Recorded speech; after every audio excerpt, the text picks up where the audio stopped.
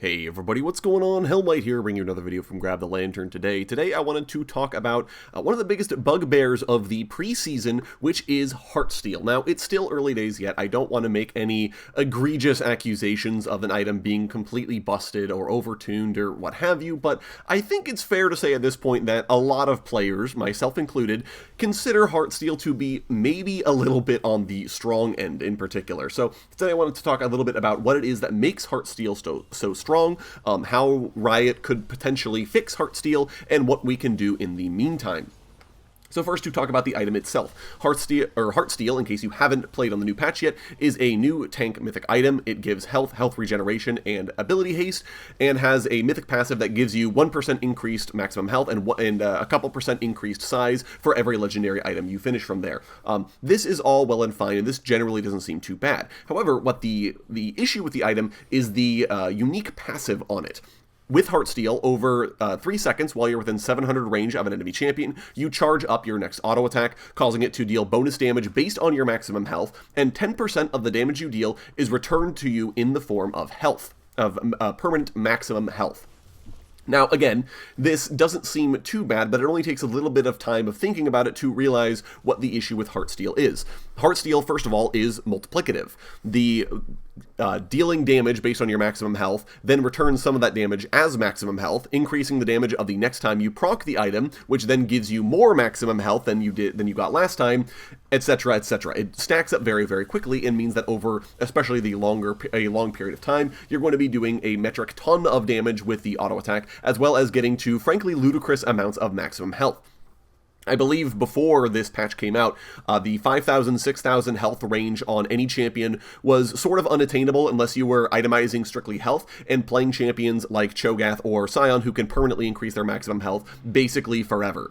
Now, 5,000 to 6,000 health is chump change for basically any champion that's able to build Heartsteel, and even into the multiple thousands of hit points, we're talking 10,000 plus, is actually doable. I don't want to say it's common, this is only going to happen in the sort of longest of games, but it's a possibility, whereas previously this literally wasn't in the cards. No champion could get to that point unless you're like Sion playing a custom game, farming 3 waves on your own. So this has had a knock-on effect, I want to say, on a lot of the other metagame. Flat damage matters a lot less when you have all these ginormous super tanks running around. And tanks that have any abilities that scale off their maximum health become very, very powerful indeed. Dr. Mundo's ultimate, which restores a percentage of his maximum health every second, can, quite frankly, heal through a ludicrous amount of damage that you throw at him, grievous wounds or no. And Cho'Gath, who has an ultimate which deals true damage based on his maximum health, can start executing people from a very tidy health total. All in all, it makes for a game state in which these super tanks are allowed to exist, and it's not even really that hard to get because of how easy Heartsteel makes it to stack health. Heartsteel also has a very efficient way of actually getting you to those health thresholds. Primarily, this is because of the range of the ability. 700 range is actually longer than the auto attack range, the base auto attack range of the longest range character in the game, in this case Caitlyn, who has an auto attack range of 675. Therefore, she's not going to be able to... You can charge this ability actually outside of her auto attack range. You literally can be outside of the longest auto attack range in the game, charging up this ability. It also doesn't require combat at all, which admittedly, this is in comparison to Grasp of the Undying, which requires combat. It's a 4-second charge up time. It should be better than Grasp of the Undying because it is an item you're paying money for as opposed to something that's completely free, but suffice it to say, it's still very, very easy to get this ability to proc, and again, over an extended period of time, you're able to charge it up.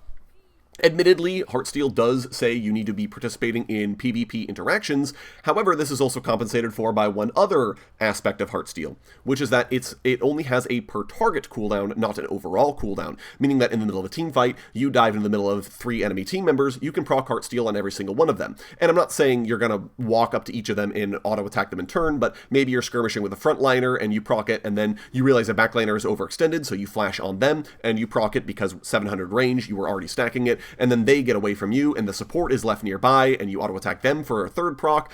It's very easy to stack up this item. And again, early days yet, I don't want to say it's completely overtuned, but I think that there are at least a few ways that Riot could take to maybe fixing this item. The first of which is simply reducing the amount of health returned by the proc.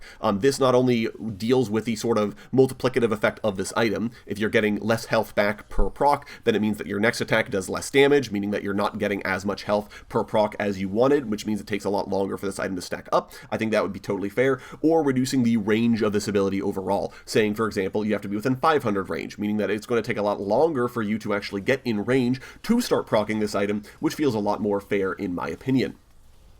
But anyways, that's all sort of an argument for a later date, right? Because who's to say this item is actually broken or not? What can we do in the meantime to help deal with the Heartsteel super tanks that may be popularizing in your metagame? First, there is build paths. Any champion, no matter who they are, can adjust their build path to account for these big super tanks. Items like Divine Sunder, much though I hate to recommend it, they are going to be very efficient at helping, especially fighters, deal with tanks. Blade of the Ruined King, Kraken Slayer, Lord Dominic's Regards, Leandry's Anguish. These are all very efficient items that deal percent max health damage. Obviously, they're not all as good. I believe the flat damage dealt by Kraken Slayer is a very small percentage, but it is still percent health true damage. There are a lot of ways to deal percent health damage no matter what kind of champion you're playing, and therefore give you some degree of ability to stop them in their tracks and actually be able to do some kind of damage to these big, massive super tanks. Another aspect you can take is picking different champions, obviously.